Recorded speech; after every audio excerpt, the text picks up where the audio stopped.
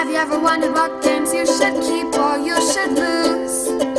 Find out here at Purge Reviews. The Queen's Necklace is a very good game. I think it might play best with 3.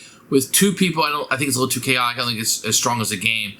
But I think 3 is where this game really shines.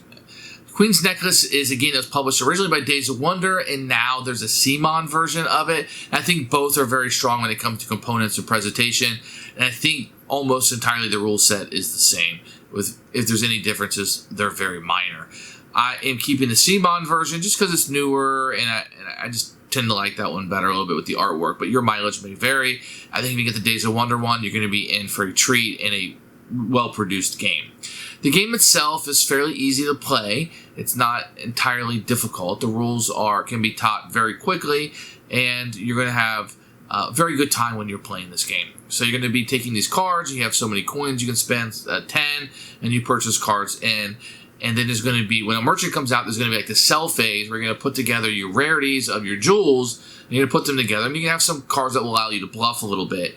And you'll put those up, and if you have the most rarity of each one, depending on what the market price is for it, you're going to score points for that. And you're going to have a few of those that will happen during these merchant selling points. And that's how the game is going to work. And you're going to kind of rinse and repeat as you go through. It's not very difficult at all. It reminds me a little bit of For Sale, how these cards are getting, and then you're going to kind of like sell them at the end. Well, I know For Sale kind of reverses the game a little bit, but they're kind of similar in way, kind of similar in what you're doing, etc. Not exact replicas of each other, but it kind of gives you that same feel, that same weightness to it, and this is a really good one. Queen's Necklace is a game that I think most people should have in their collection. Pull it out, light filler. You can play it with 3 people, which is a rare number for board gamers, and you're going to have a good time with this, and it's going to give you strategic decisions as well as tactical decisions of what you're going to do in the game. Very good game, one I highly recommend, and either version is fine. You don't have to, one isn't predominantly better than the other.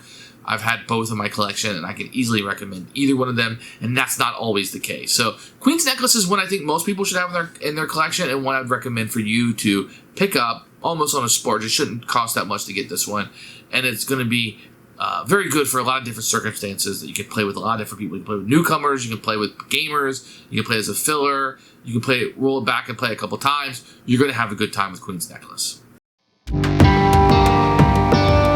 The Queen's Necklace by Cool Mini or Not, a very attractive box, very good size. We have a rule book, which we'll take a look at in a few minutes, and we're going to have the components. You can see a pretty good custom insert you're going to have here. You're going to have a board with a score tracker. We're going to put some stuff, and you put the cards. It's really just a holder. The card's going to be like tarot sides. You can see the really cute artwork, and you're going to have the cost of the cards down the side, etc. And I think they look really, really great. You're going to have a few tiles that will be in here. They're kind of generic looking, to be honest. But they're pretty thick, actually. The components for Cool Mini or Not are always really, really good. And then you're going to have these little beads that will come into the game. You've probably seen these before, but they're intended to be see-through. I'll kind of show you why here.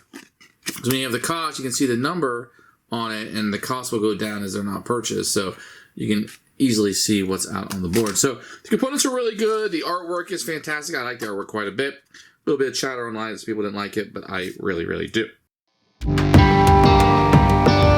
Here's the rule book. It's probably a little thicker than it needs to be. You have 2 pages of really small font of some kind of story, which I'll never read. Table of contents, credits, you have a picture of the components, which is great, and a little bit of an overview. A 2-page spread of setup. Excellent, Cool Mini or Not. I mean, this is great. You got pictures, exactly how to do the draw pile, etc. Breakdown of a card in the fashion and rarity. Then you go into a game turn. This right here is the entire game. There's just 3 phases to it. Then it breaks it down and what happens when you have a jewel sale. You can see there's plenty of pictures. There's examples that are italicized in the different colors.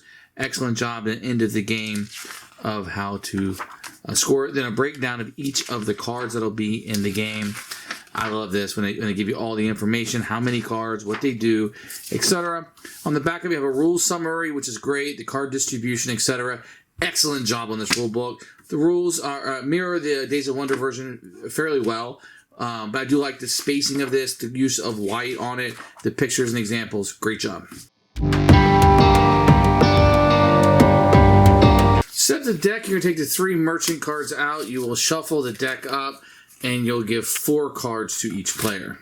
So what you're going to do is you're going to shuffle the card into 3 equal stacks and put a merchant card on the bottom of 2 of the stacks. Then you will take the third stack and put it on top of the other two. Then you're going to take the 5 bottom cards. You will take the additional merchant cards, shuffle those cards in so you know which one of the bottom 6 cards, and put it back on the bottom of the deck. Then you will draw the top 5 cards from the pile. You will put them here in these slots. You will put one of these see-through clear tokens on each of them. You will also have the rarity cards face down. You'll shuffle up the gems and put those there, and the scoring trackers there. What you're going to have on these cards, let me just show you one, is you'll have the price that will descend each time. Some of these cards, like the kings, will have powers on them during a sale. Angels of this gen type with which the king is played are rendered worthless. Beware of the queen's necklace. So you'll have, some of these will have powers on them.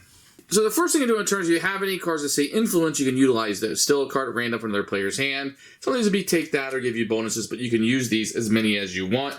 You discard them when you use them. Then what you'll do is you'll have 10 pounds that you can use. So for example, this diamond here is 10. I could buy this king for 8. This one's 8, 8, and this one is 8 also. So obviously, I wouldn't buy the 10 diamond, which it has 3. Maybe I would. Or the 8. So I would have $10 to spend. So say I would take this card. I would add it into my hand because it's 10. It's the only card I could purchase. I'd put out a new card with the token at the top. And every other card would become cheaper for the other players. Now, this would continue. People would be getting cards until we got a merchant card. When this comes out, a sale will occur. I'll push this out of the way so we can talk about it. And basically at this point, you're going to be selling off your gems. You'll be playing this face down so nobody else can see. Everybody will reveal at the same time. And you can play 4 different gems, and you can play as many of those cards as you want to. So you can have as many cards of a type, or you can include some of these sale cards that say sell on them included in there in order to make your necklace. Then you will look at the rarity. So I'm just going to use this. There'll be multiple people doing this and you add it up. But so the diamond would become the most rare. And then you would take that on the board over here and you would reflect that the diamond would be the most rare. That means it'd be worth the most points, 3 points for each of those. And in this case, there's 5 rubies. They'd be the second most, and the emeralds would be third. And then whoever has the most of that type can sell it back for the price listed on the card. So you would see something like this. It'd be worth 3 victory points for having the diamonds, etc. You're going to be able to sell 3 times in the game when the 3 merchant cards come up. After that occurs, the game will end. Whoever has the most points is the winner of the game. Who should buy this game? This is one of those rare games that I think should be in most people's collection. I think that it works well with 3, which is usually a hard number for games. But I think this is a game that you can play with nearly anybody. So you're introducing somebody to the game, you get a life filler for people who just want something quick, or you're short on time.